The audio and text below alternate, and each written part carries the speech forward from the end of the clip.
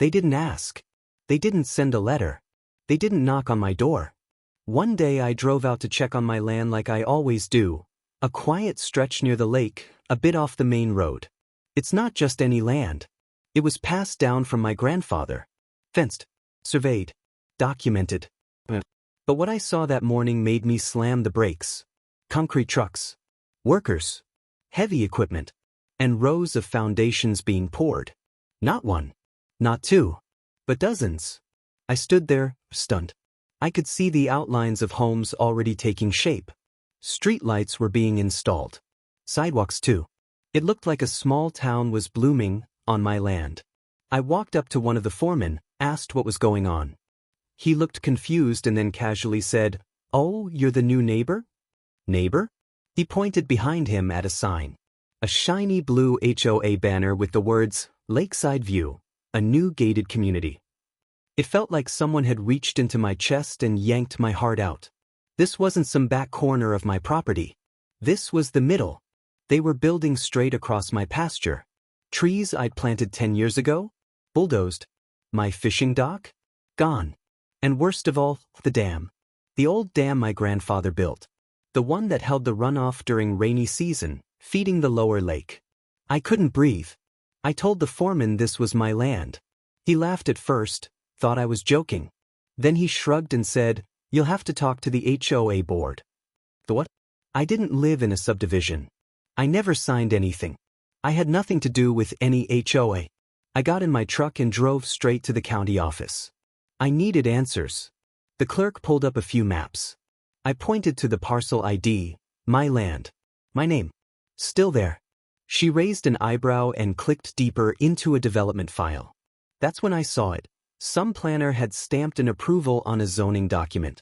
It wasn't the whole property, just a portion. But it was enough. Enough to give them confidence. Enough to make them greedy. Someone somewhere had assumed my land was available. And the HOA? They didn't even verify it. They moved fast. Too fast. Within 6 months, they had sold 35 plots. And people had already put money down. They were building homes on land they didn't even own.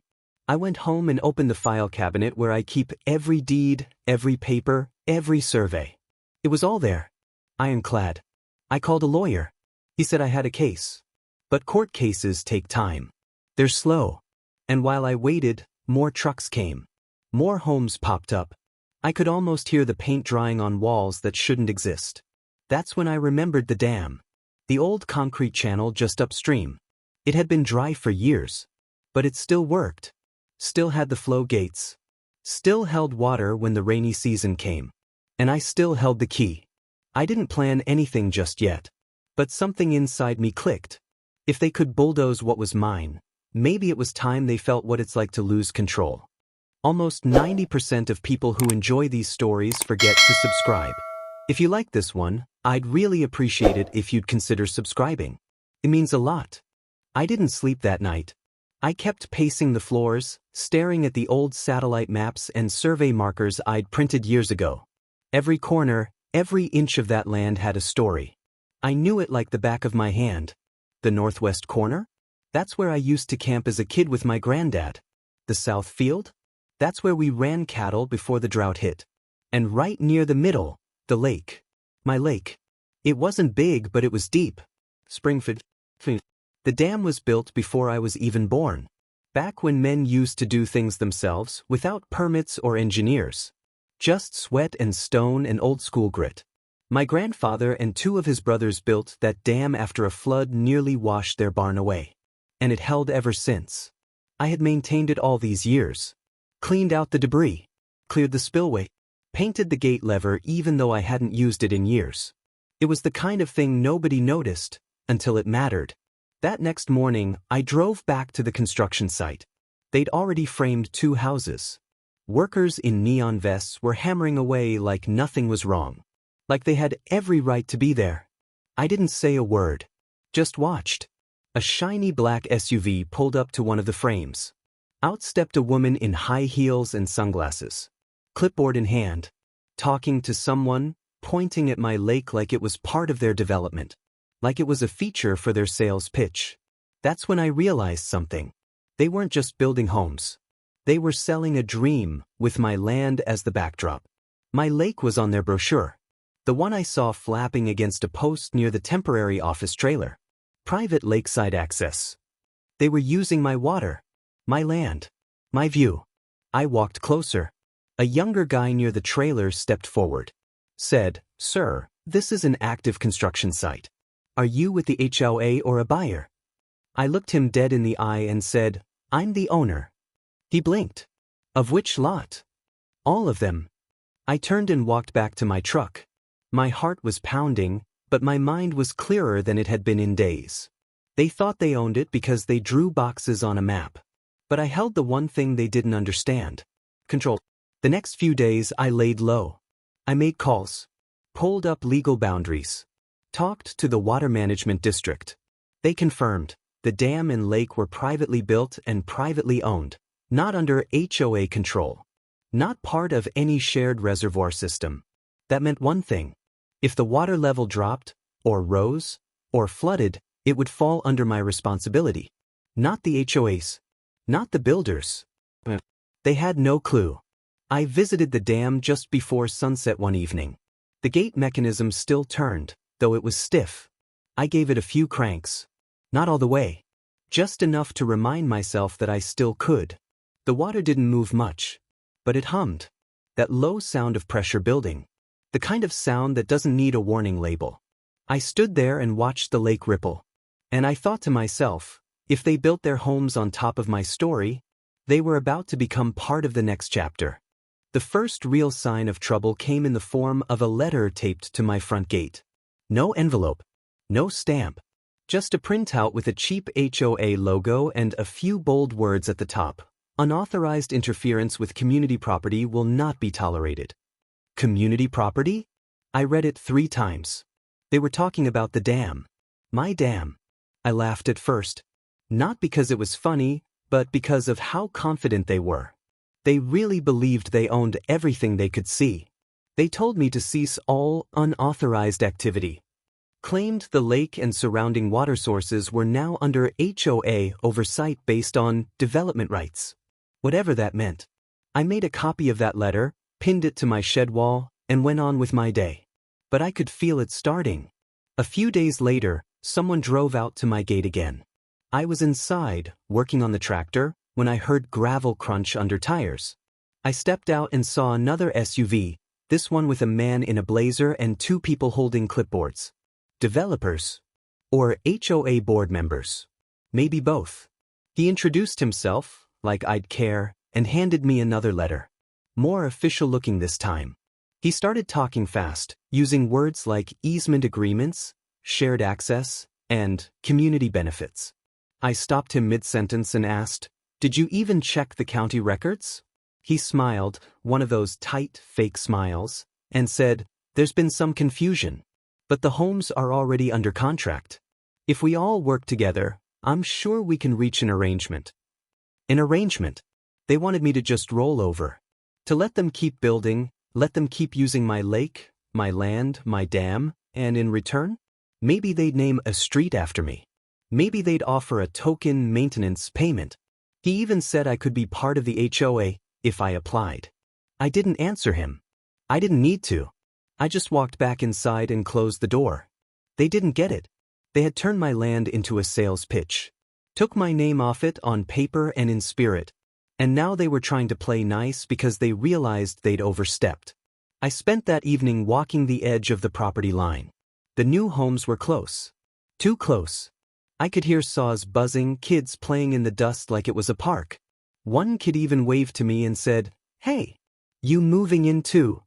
I didn't have the heart to tell him his family might be living on a lie. That night I sat on the dam. Stars overhead. The gate lever by my side. Just listening. Listening to the water flow beneath me. I knew the land better than any surveyor. I knew where the water would go if I opened the dam halfway. I knew which low points would flood first. And I knew they'd never seen it. Not the real land. Not during rainy season. They built like it was just empty space. But every inch of it had history. Had weight. Had a pulse. And now, for the first time in a long time, it felt like it was waking up. It rained that week. Not just a drizzle, a steady, soaking rain that fell for 3 days straight. The kind of rain that made you cancel plans and double-check your boots before stepping outside. I watched it from my porch, coffee in hand, tracking every drop that hit the tin roof. I knew what it meant. The lake was rising. The dam was filling. And the HOA? They had no idea what was coming. While they were busy hosting their Welcome to Lakeside View picnic, with bounce houses and food trucks, the water was crawling higher by the hour. I didn't go down to the site. Not yet. I stayed on my land, watched from the trees. The lake was no longer just a pretty view. It had become a quiet force. Slow, steady, and completely under my control. That week, I started getting phone calls. Numbers I didn't recognize. I let them ring. Then came the emails. Legal sounding. Polite at first, then more urgent. They were trying to resolve the matter swiftly. Some even offered cash. A payout, they said, for the portion of land in dispute. But the number they offered? It was laughable. They thought they could buy peace. That money could fix this. I replied once, just once. A single sentence, remove your homes from my property. They didn't respond after that. Instead, they sent a survey team. Guys in yellow vests with tripods and notepads.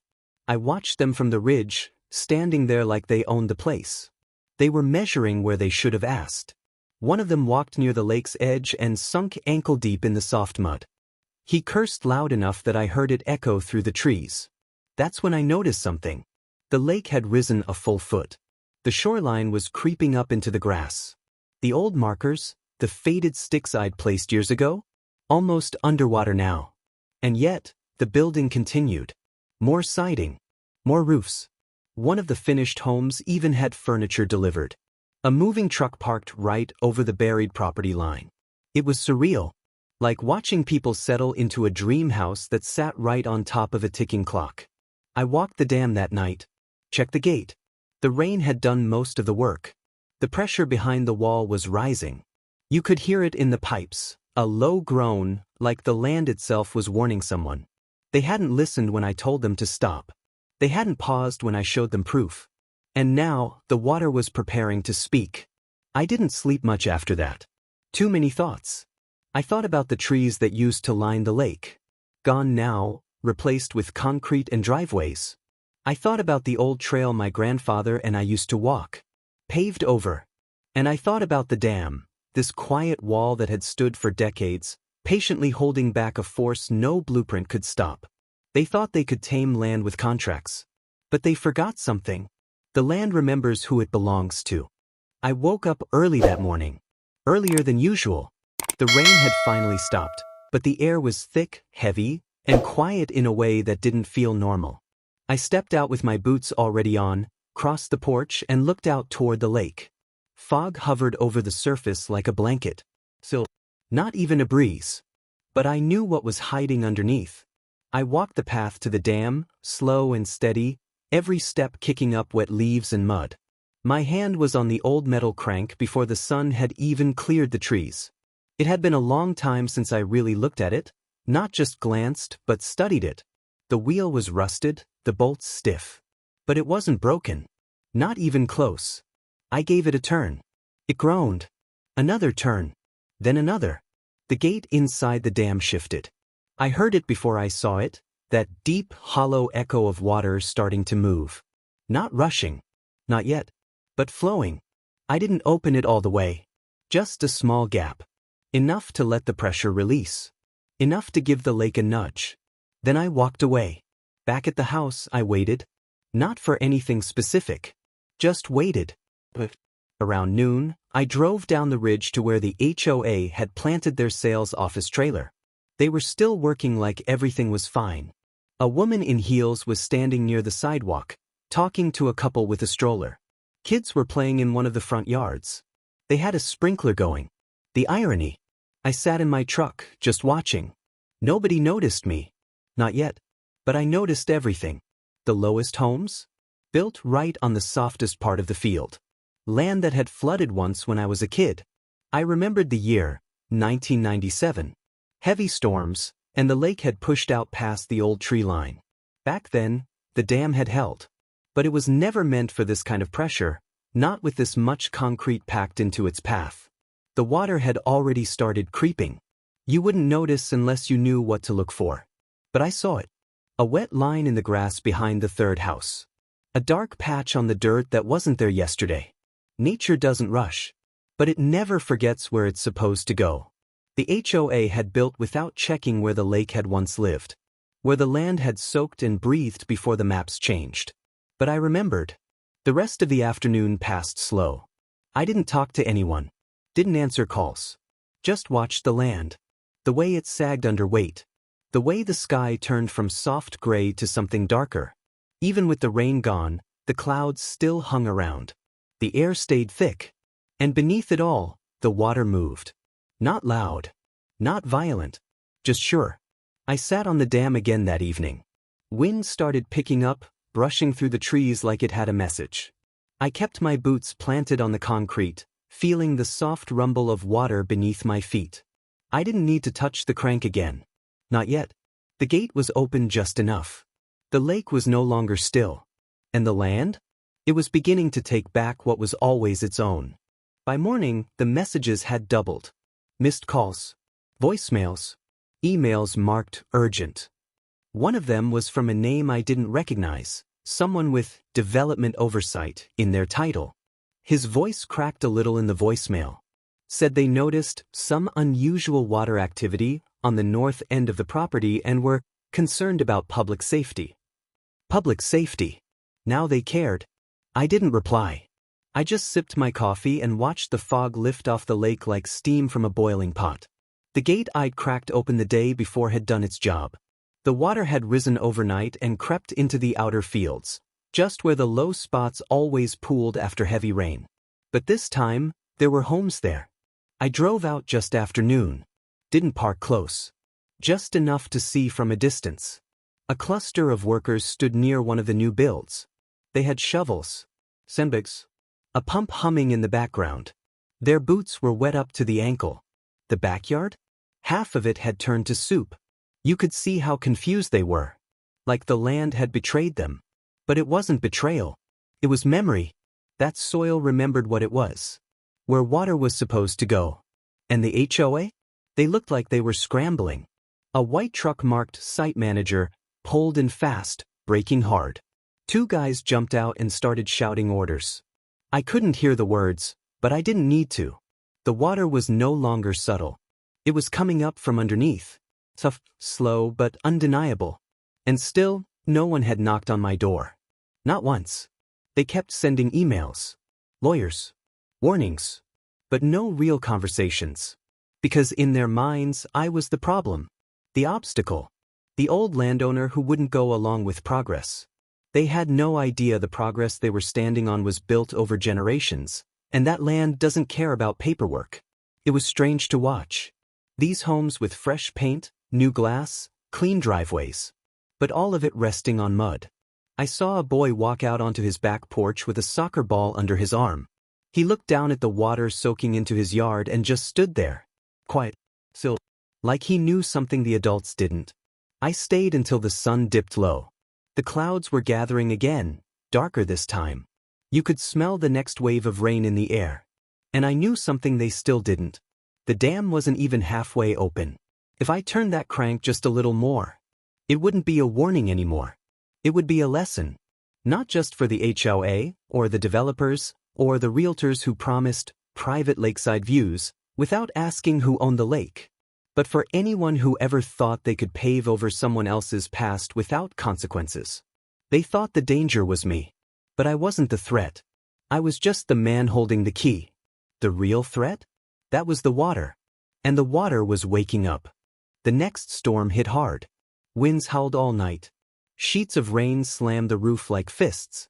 I didn't sleep much, just sat by the window, watching branches sway like they were trying to break free. By morning, the power was flickering. The sky was still dark and the rain hadn't stopped. I threw on my jacket, grabbed a flashlight, and headed toward the dam. I didn't need to check the forecast. I could hear everything I needed to know in the roar of rushing water under my boots. The lake had swelled past anything I'd seen in years. The edge had crawled up another 10 feet overnight. The trees closest to the shore were already submerged at their base, and the soft grassy slope leading toward the new homes looked more like a marsh now. I stood by the gate and put my hand on the crank. Cold metal. Wet. Heavy. And then I turned it. Slow. Controlled. Not to break anything. Not yet. Just to make it clear this wasn't an accident. The water surged forward like it had been waiting for permission. The channel behind the dam deepened, and I watched as a stream burst through the brush and curved its way downhill, straight toward the lower stretch of the property, the part the HOA had labeled premium lakefront lots. I knew every contour of that land, every dip and slope, and I knew it couldn't take much more. By mid-afternoon, the first emergency crew showed up. I saw the flashing lights from the hill. No sirens, just the quiet blue and red glow as a truck rolled past the half-built houses. A man stepped out in a raincoat, walked to the edge of the biggest puddle, and started making calls. He wasn't from the HOA. He was from the county. They were finally paying attention. But it was too late for quick fixes now. The water didn't care who approved what. It didn't care about signatures or surveys. It only knew where it had always gone. And it was going there again. I stayed out of sight. Didn't want to deal with shouting. Didn't need to. The land was doing all the talking for me. The next day, I heard they had called in a hydrologist. Someone to evaluate flow patterns. Funny how fast things move when properties are on the line. That same afternoon, a crew began placing makeshift barriers and redirecting runoff. They were dragging sandbags through ankle-deep mud, trying to fight a system they didn't understand. The HOA finally sent someone to my house. He didn't come up to the porch. Just stood by the gate, raincoat dripping, holding a folder. I opened the door but didn't step out. He called out, "Sir, we'd like to work something out. This is escalating." Escalating. That's the word he used, like I was the one who poured the foundations, laid the roads, sold the lies. He asked if I'd agree to a meeting. I didn't answer. I just looked past him at the muddy road behind his truck, the one that used to be part of my field. He stood there for a few more seconds, then placed the folder on the post and left. I let the rain soak it. Never opened it. The land had waited long enough. And now, it was speaking louder than any lawyer ever could. They started tearing the homes down by the end of the week. Not all of them, just the ones closest to the lake. The ones where the water had pushed up past the crawl spaces and soaked the foundations. You could see the rot setting in already. Warped wood. Mud-stained siding. One of the houses had collapsed halfway. A corner of the roof just gave in, like the land had swallowed its pride and pulled the structure down with it. I didn't cheer. Didn't celebrate. Just watched. They brought in bulldozers, dump trucks, and workers in bright orange ponchos. One crew tried to salvage a building that still had furniture inside. They carried out a leather couch that left a trail of black water behind it. The lake had returned to its old edge now. You could tell by the line of dead grass, the exposed roots, the washed-out driveway that led to nowhere. The HOA office trailer disappeared overnight. So did the picnic signs. So did the developers. For the first time in months, the land looked quiet again. Not peaceful, but quiet. Word got out fast. The county filed something with the district office. I heard talk of illegal permits, unauthorized construction, liability concerns. But none of that changed what had already happened. They built on land that wasn't theirs. And the land pushed back. A neighbor came by one morning. Not from the HO, just a guy from across the ridge who'd lived out here for years, like me. He stepped out of his truck and stood at the edge of the property with his hands in his pockets. "You did it, huh?" he said, not looking at me. Just staring out at the lake. I didn't say anything. He nodded slowly. They thought this place was just blank space. Empty dirt waiting for sidewalks. He left without another word. No need for more. I walked down to the dam that afternoon. The water had calmed. The crank sat still. The pressure behind the wall had dropped, and the sound underneath had quieted to a soft trickle. The same dam they once tried to call shared community property was now the reason their plans had collapsed. I ran my fingers along the concrete edge. Cold and rough, but solid. Just like it always was. I remembered my grandfather standing right here with me when I was just a boy. He used to say, land is patient, son. But only for so long. And now I understood what he meant. The trees would grow back. The water would settle. The mud would dry. But those houses? They never belonged here. They weren't part of this place. The HOA had tried to rewrite the map, turn wild ground into sidewalks and property lines. But this land wasn't interested in being tamed. I didn't need revenge. I didn't need to yell. All I had to do was open the gate and let the land remember itself. The calls stopped completely by the end of the month. No more emails. No more legal threats. No more carefully worded offers trying to find a mutual path forward. Silence. It was the kind of silence that doesn't come from peace. It comes from defeat. The county trucks came through one last time. They put up caution tape around what used to be the Lakeside View development. A few signs followed: unsafe ground, pending environmental review, and my personal favorite, no trespassing, by order of county authority. Funny how fast the rules change once nature answers back. They never came to clean up the signs. The HOA board just vanished. No farewell letters. No meetings. Just gone. The people who had already moved into their half-built homes? Most of them left. The rest were stuck, trapped in a legal mess, trying to figure out who to sue, where to go, who to blame. Some blamed me, but most just wanted to forget. And I didn't blame them. I drive past the site sometimes, just to check. Not to gloat, just to make sure the land was still breathing. And it was. The water had pulled back. The soft parts of the earth had begun to harden again. A few wildflowers were already pushing through the cracks in the pavement. Nature doesn't wait for permission. It simply returns. I found one of the old survey flags sticking out of a ditch near the edge of the lake. Faded, but still fluttering like it had something to prove. I yanked it out and tossed it into the back of the truck.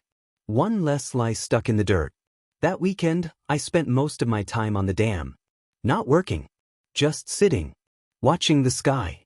The lake had never looked better. Calm, full, right where it was meant to be. The tree line was clear. The birds had come back, and the frogs were singing again. No sidewalks. No echo of nail guns. Just wind and water. Someone once asked me if I'd ever sell this place. They didn't understand. This land wasn't just property. It was memory, sweat, silence, history. And when you protect something like that, it protects you back. I didn't need to raise my voice. I didn't need to file hundreds of complaints. I didn't need to chain myself to a tree or hold a sign on the sidewalk. I just let the land speak in the only language it knows. Patience. Water. Now when I stand on the ridge and look down, I don't see destruction. I see restoration. The lines they drew on maps have faded. The pavement's already cracking. The wood is curling. The HOA's dream of a gated lakefront community now exists only in a few outdated brochures. But the land?